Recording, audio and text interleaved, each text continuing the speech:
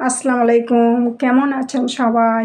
আলহামদুলিল্লাহ আমি ভালো আছি। আমি আজকে ভেজাল মুক্ত আমের জ্যাম করেছি। দেখুন কত সুন্দর কালার এসছে, কত সুন্দর রং। কোনো রকম ফুড কালার, ফুড এসেন্স ছাড়াই এত সুন্দর হয়েছে। চলুন দেখে নিই।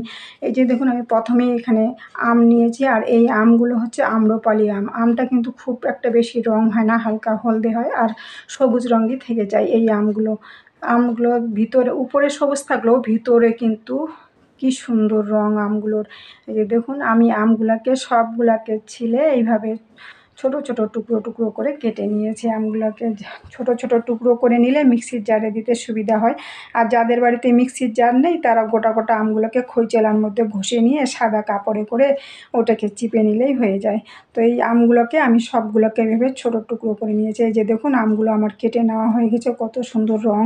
আর এই আটি সহ যে আমগুলো দেখছেন, এই আমগুলো কিন্তু আমি এমনি খাওয়ার জন্য এইভাবে রেখেছি।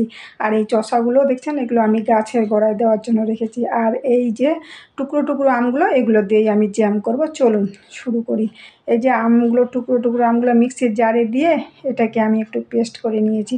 আর এই আমের মধ্যে কিন্তু আমি কোনো পানি ব্যবহার করিনি। দেখুন কত সুন্দর হয়েছে। আর আমি যেহেতু এই কড়াইয়ের মধ্যে করব জ্যামটা, তাই এই কড়াইয়ের উপরেই একটা ছাঁকনি বসিয়ে দিয়ে আমের পিউরিটা একটু ছেঁকে নিয়েছি। যদিও এই আমের মধ্যে কোনো রকম আঁশ থাকে না, তারপরেও আমি একটু ছেঁকে নিয়েছি। এভাবে এমনিও দেওয়া যেত। এই যে দেখুন, সবগুলো ছেঁকে নেওয়ার পর এইটুকু হয়েছে, এইটুকু আমি এখন ফেলে দিয়েছি।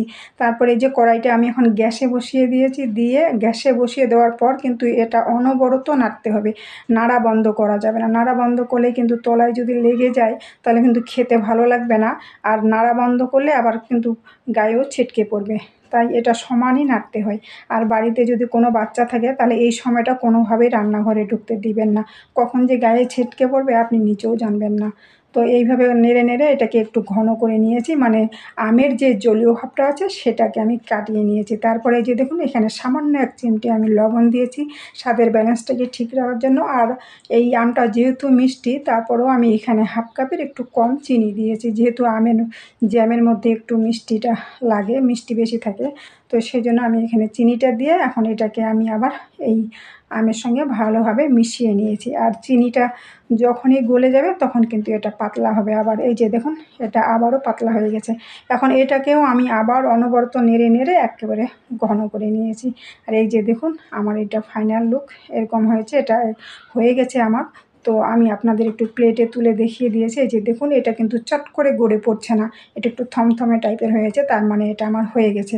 আর যখনই এটা হয়ে যাবে, নামানোর আগে আমি আগে থেকে লেবুর রস করে রেখেছি, সেই লেবুর রসটা এর মধ্যে দিয়েছি। দিয়ে এই জ্যামটার সঙ্গে লেবু রসটা ভালোভাবে মিশিয়ে নিয়েছি। এই লেবু রসটা দেওয়ার জন্য আমের জ্যামটা যেমন ভালো থাকবে, প্রিজারভেটিভের কাজ করবে, আবার খেতেও কিন্তু একটা অন্যরকম স্বাদ আর নিয়ে আসবে। তো এই লেবু রসটা ভালো করে আমি এই জ্যামের সঙ্গে মিশিয়ে নিয়েছি।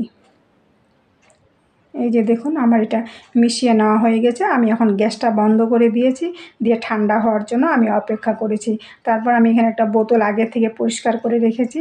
আর এখন একটা চামচ দিয়ে এই বোতলের মধ্যে আমি জ্যামটা ভরে নিয়েছি।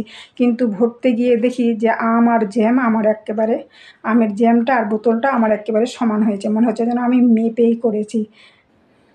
তা এক চামচ তাও আমি রেখে দিয়েছি আপনাদেরকে পাউরুটির সঙ্গে দেখাবো বলে। আর এই যে দেখুন কত সুন্দর কালার। আর এটা নর্মাল ফ্রিজে রেখে 6 মাস পর্যন্ত খাওয়া যাবে, কোনো কিছুই হবে না। আর এই যে চামচে একটু রেখেছিলাম আমি, সেটা আমি একটা পাউরুটির মধ্যে লাগিয়ে নিয়েছি দেখুন। আর খেতে যে কি অসাধারণ স্বাদ হয়েছে ভেজাল মুক্ত আমের জ্যাম। দেখুন কত সুন্দর হয়েছে। আপনারা সবাই ভালো থাকবেন, সুস্থ থাকবেন। আপনাদের সবার জন্য অনেক অনেক দোয়া রইল। আমাদের জন্য আপনারা দোয়া রাখবেন। আর এইভাবে ভেজাল মুক্ত আমের জ্যাম করে বাড়িতেই খাবেন।